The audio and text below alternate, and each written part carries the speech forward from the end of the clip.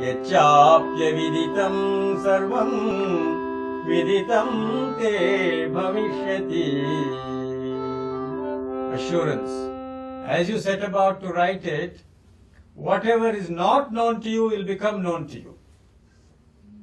That's the process of writing, that's the process of creating, that is research.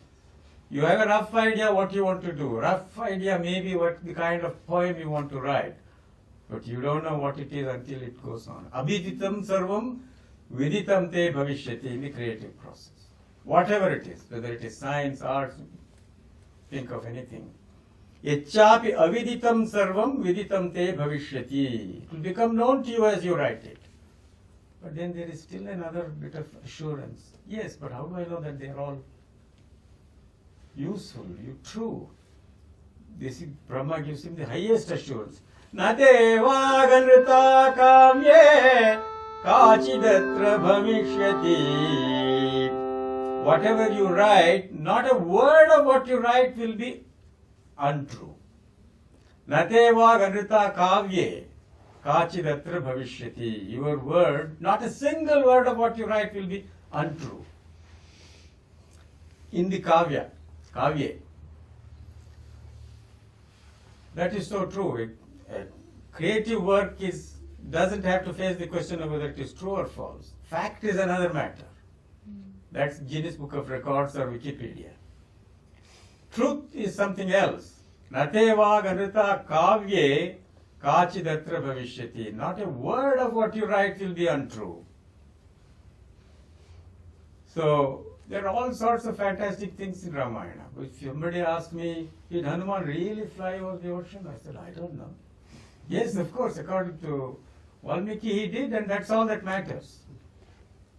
Hanuman flew across the ocean like a bird and went over to the other side and discovered where Sita was, and all sorts of fantastic things happened. Of course they happen, they are true. So, any truly creative work is never untrue. And then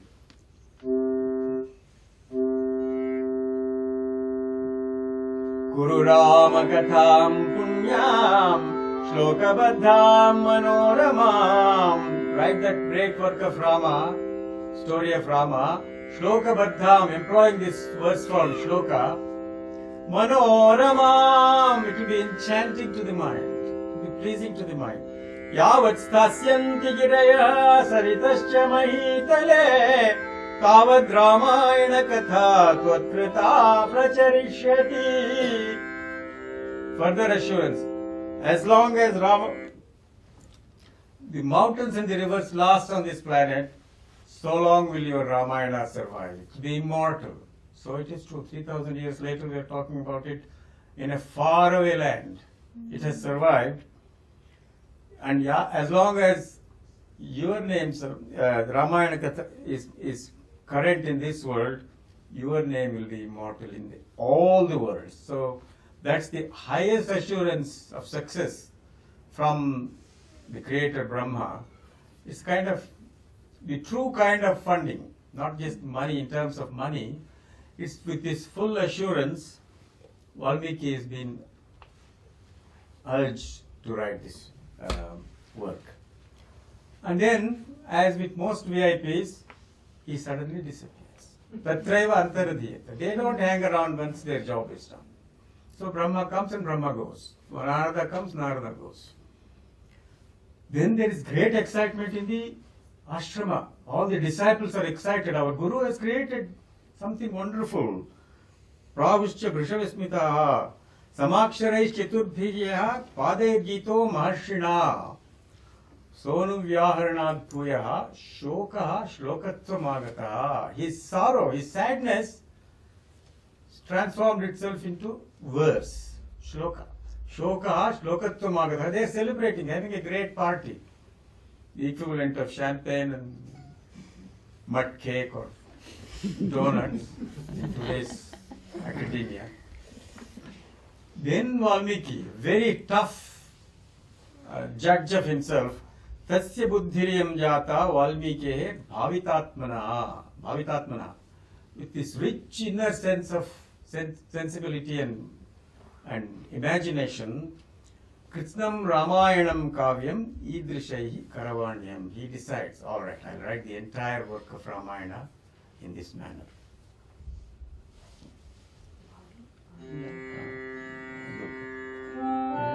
What was the book like?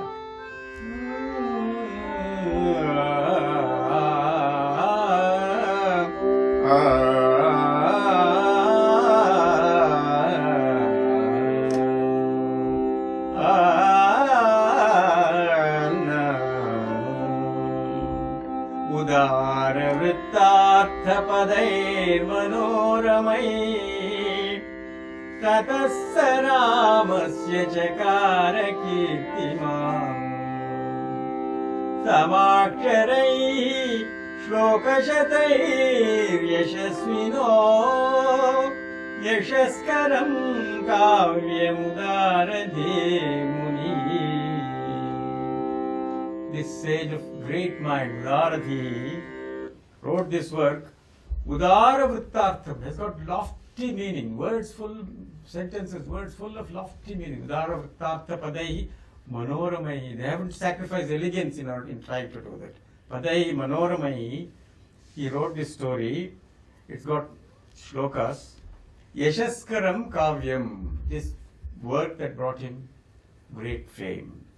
And in doing that, Tadupagata samasa sandhiyogam samamaduropanatāpta vakyabaddham.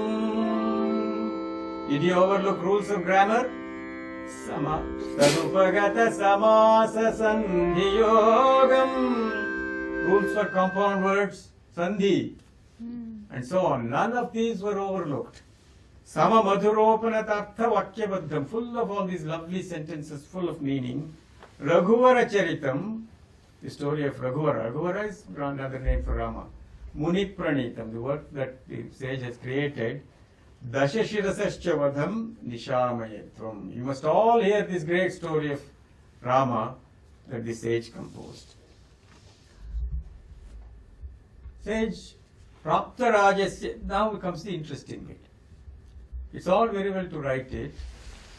He writes this after Rama's coronation, says this work. Prapta Rajasya Ramasya Valmikir Bhagavan Rishihi Chakara Charitam Krishnam. He wrote the entire work after Rama's coronation. Here is this lovely paradox. Narada has already told him the story in full. Now they tell us that Valmiki wrote it as it's almost contemporaneous here. So, that's the great challenge that our Puranic myth writers solved a long time ago. Long before the great recently departed Colombian writer, Gabriel Garcia Marquez, in his writing, the magical realism they are calling it now.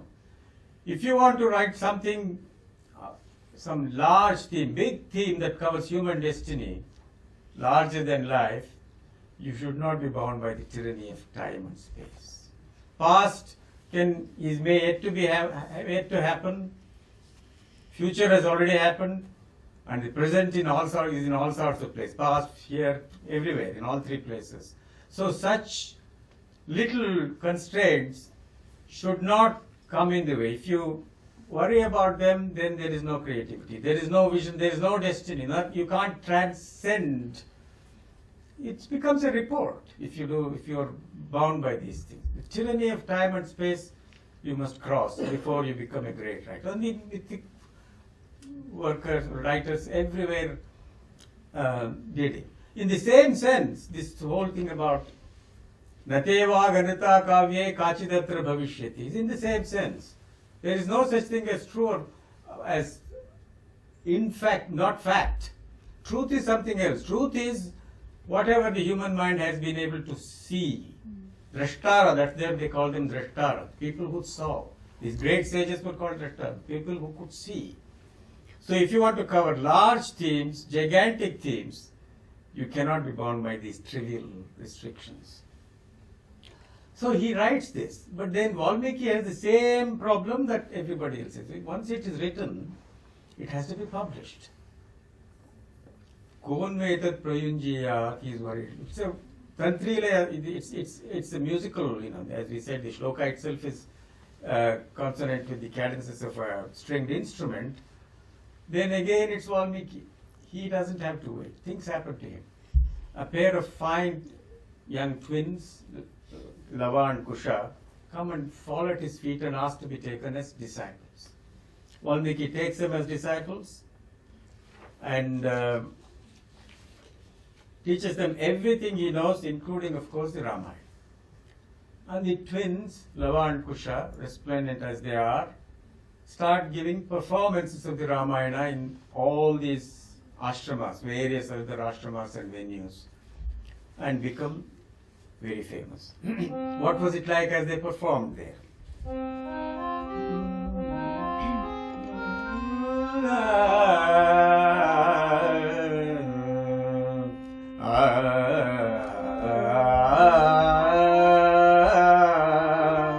Pathe geye cha madhuram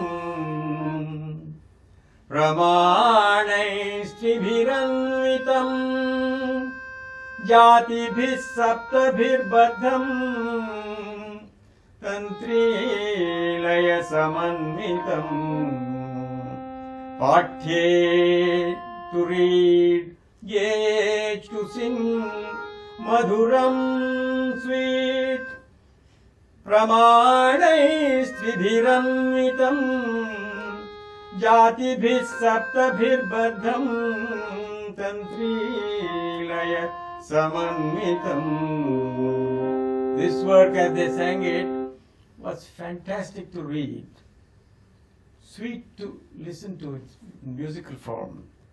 And the work lent itself to music in all its complexity. 3 scales, Pramanaistribhiranviti, 3 tempos, all the swaras, and fitted beautifully with the cadences of his harp or veena. But was that all? Was it purely music? No. Rasai Shringara Karuna Hasya Raudra Bhayanakai Veeradibhischa Samyuktam Kavyameta. As they sang it, this work displayed, it had all the rasas, the Indian theory of rasa, great contribution of Indian tradition to the science of aesthetics. Human experience consists of navarasas, 8 plus 1, 8 plus shantarasa. Here, the shloka lists already 6 of them. Shringara, the amorous. Karuna, pathos, we have already seen it. Hasya, humorous, that is there in Ramayana. If you know where to look for it. Raudra, fearsome. Bhayanaka is something that, Raudra is kind of terrific. Bhayanaka is something that can generate fear. Veera, of course, heroic. The other 2, Bibhatsa, the repulsive, and Adbhuta, fantasy, are not mentioned here, but they come. Bibhatsa and Adbhuta come in good measure in Ramayana. Shanta, we'll have to wait and see whether it comes or not. But all the rasas are here. Rasai Shringara Karuna Hasya Raudra Bhayanakai Veeradibhischa Samyuktam Kavyameta Dagayatam. It's full of literary merit, not just musical. It's full of literary merit. All that a perfect book should have, it has. What about the performers? Tautu Gandharva Tattvajñau Murchana Sthana Kovidau Pratarau Swara Sampannau Ashvina Vivarupinau Rupa Lakshana Sampannau Madhura Swara Bhashinau. The twins, as they performed, Tautu Gandharva Tattvajñau, well versed in music. Gandharva Tattva is music. Gandharva Tattvajñau, Murchana Sthanako, they knew their scales. Bhratarau Swarasampannau, lovely singing voice. And they look magnificent like the divine twins, Ashwinau. Rupa Lakshana Sampannau, extremely handsome, good looking. Madhura Swarapa, they spoken language is also sweet. Madhuraswara bhashidam, softly spoken, sweetly spoken. Then who are these? Bimbadivotthitau bimbau Rāmadehat tatha paro. Pair of identical images as if they had sprung forth from the very body of Rama himself. Bimbadivotthitau bimbau Rāmadehat tatha paro. They look like spitting images of Rama. Well, a short footnote, the Rama, after he is coronated, let's say shortly for reasons of state, Sita is sent in exile while she is pregnant with the twins. They are born in exile. Rama doesn't know about them. They are now disciples of Valmiki and they go around performing. So here is already a bit of pathos, tragedy coming in a very subtle sort of way. But Rama is now king. Prapta Rajasya Ramasya. Valmiki wrote it after Rama was coronated king. He is a very good king, concerned with the welfare of his people, so he travels around his kingdom. And there he sees that these two twins are telling stories, his own stories. So he invites them to the palace, to the darbar, and organizes a royal command performance. And there, in the royal command performance, all his brothers, Bharata, Shatrugna, everybody is there. The citizenry are all there. And he commends them to the audience as they are there to perform.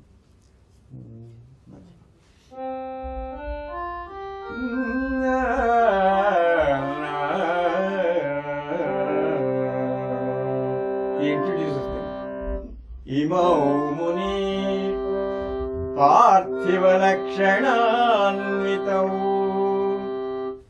Imau muni parthiva lakshananvitau. Kushilavau chaiva mahatapasvinau. Kushilavau chaiva mahatapasvinau. Mamapi tadbhutikaram prachakshate. Mahanubhavam charitam vibodhata. You must listen to this story that they tell. Who are these?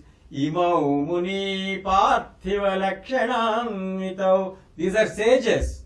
Parthiva lakshananvitau. But they have the characteristics of princes, kings. Kushilavau. They are known as Kusha and Lava. Cha eva mahatapasvina. And yet they are great ascetics. Here is their triumph and their tragedy. They would be princes, but they are now common bards singing this story. Imau muni parthiva lakshananvitau. Kushilavau chaiva mahatapasvinau. Mamapi tadbhutikaram prachakshate. Mahanubhavam charitam vibodhata. They'll tell a story that is ennobling to his listen even for me. Mamapi tadbhutikaram. Bhuti is wealth, prosperity. But here it's not just material wealth, something that's enriching for me, even me to listen to. Mamapi tadbhutikaram prachakshate. So these three lines should be the delight of Sanskrit teachers. If you ever wonder why we should keep Dvivachana, first class usage of Imau muni parthiva lakshananvitau. Kushilavau chaiva maha tapasvinau. Mamapi tadbhutikaram prachakshate. Lovely use of Dvivachana in Sanskrit. That's probably why it stayed on. Otherwise, most other languages got rid of the dual. Dvivachana is dual. I'm sorry, I'm addressing this to the Sanskritists amongst you. But a first class example of, if you put plural there, it sounds awful. Imau muni parthiva lakshananvitau. Kushilavau chaiva mahatapasvinau. mamapi tadbhutikaram prachakshate mahanubhavam. It's an ennobling story. Mahanubhavam charitam nibodhata. You should all hear it some other day. Tatastutau Ramavachah prachodita agayatam margalidhana sampada sachapi Ramaha parishadgata shanai bubhushaya saktamana babhuvaha.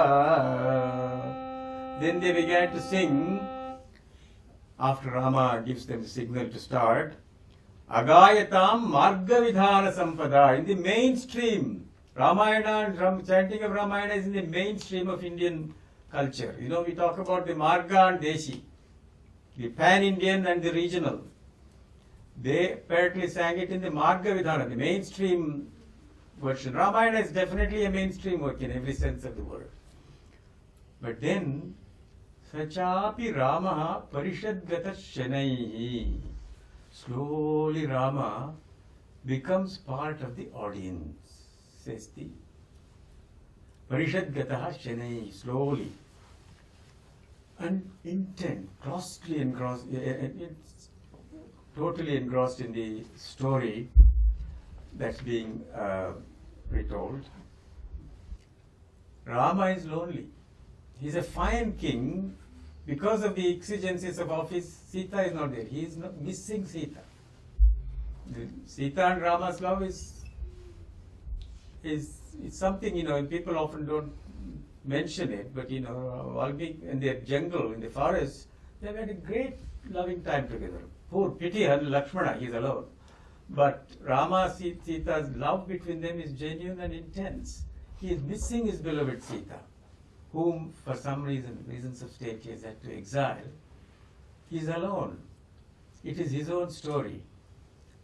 Then, in order not to rasabhanga, in order not to disturb the audience, jhatiti utthaya gamane rasabhangam bhavishyati iti mandam mandam simhasanadavattirya parishadam praptaha. This is Govindaraj. He says, if he quickly gets up using his royal privilege from his throne and goes around, he'll be disturbing the aesthetic enjoyment of the entire audience.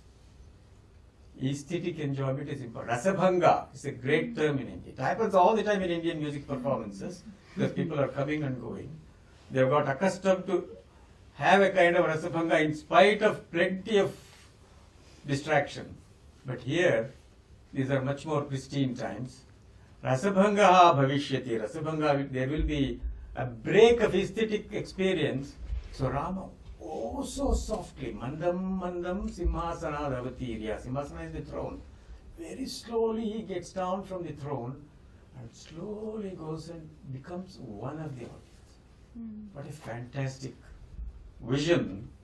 Here is a great king listening to, having the humility and interest to listen to his own story as part of the crowd. If all our leaders did it, I think we would be in a better world. To have the courage, don't know who amongst our leaders today would have the courage to do that. Rama goes and becomes a member of the audience. Parishad gataha. Parishad is the audience. Shanai.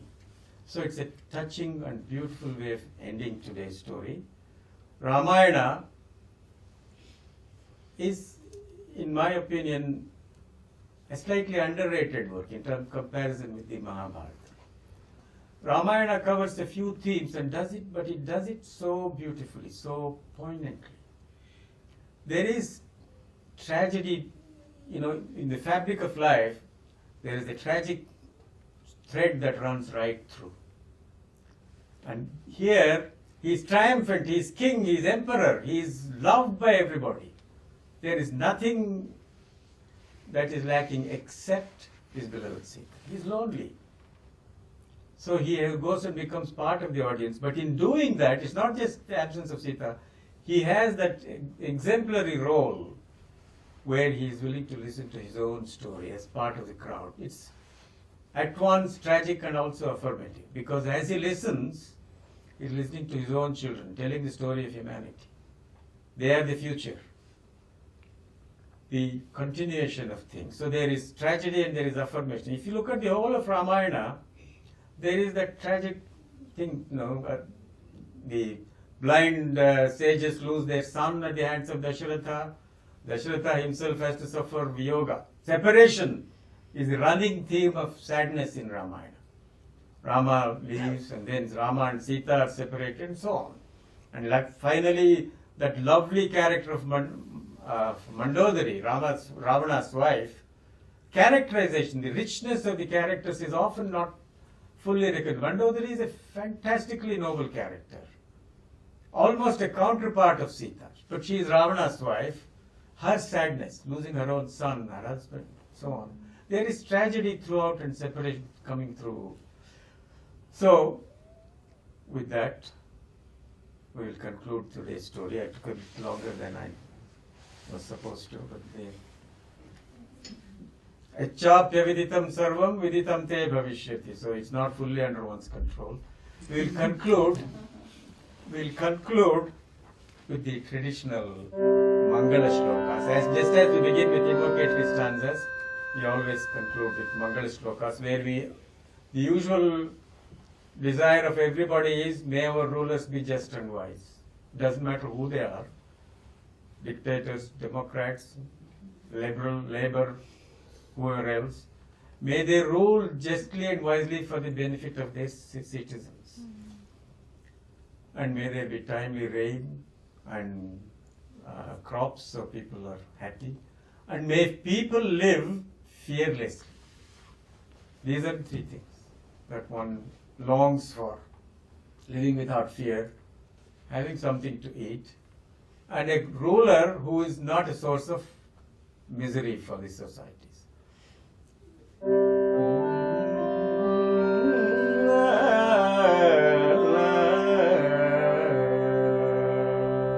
Pujantam Rama Rameti Madhuram Madhuraksharam Aruhya Kavita Shakham Vande Valmiki Kokilam Swasti Prajabhyah Paripalayantam Nyayena Margena Mahim Mahisha Go Sajjanebhyah Shubhamastu Nityam Loka Samasta Sukhino Bhavantu Kale Varshatu Parjanya Prithivi Sasya Shalini Deshoyam Shobharahito Sajjana Santu Nirbhaya Mangalam Kosalendraya Mahaniya Gunabdhaye Chakravarti Tanujaya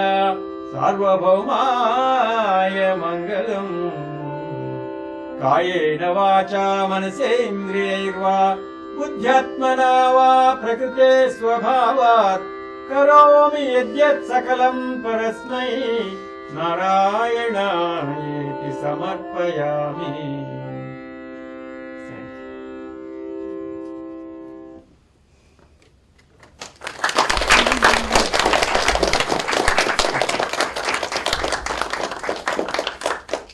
Tyranny of time shouldn't restrict, so I didn't get it restricted.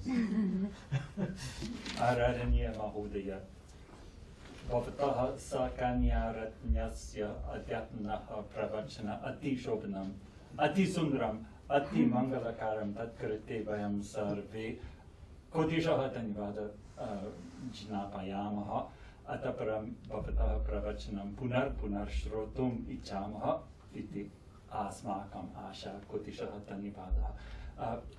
Dear Ananth, and especially Aditi, thank you so much again for your wonderful and inspiring story. I don't know if you've realized what a rare opportunity this is to have a personality like Ananth, who has both the traditional classical training in this extraordinary and wonderful art form, and yet is able to communicate with us directly in our own language from within our own culture. This is a very rare and wonderful gift that you share with us. So again, would you join with me in thanking Ananth and Aditi for this wonderful. Very useful. speaking of sweetness, I hope you would accept a small box of sweetness. Thanks very much. Thank you.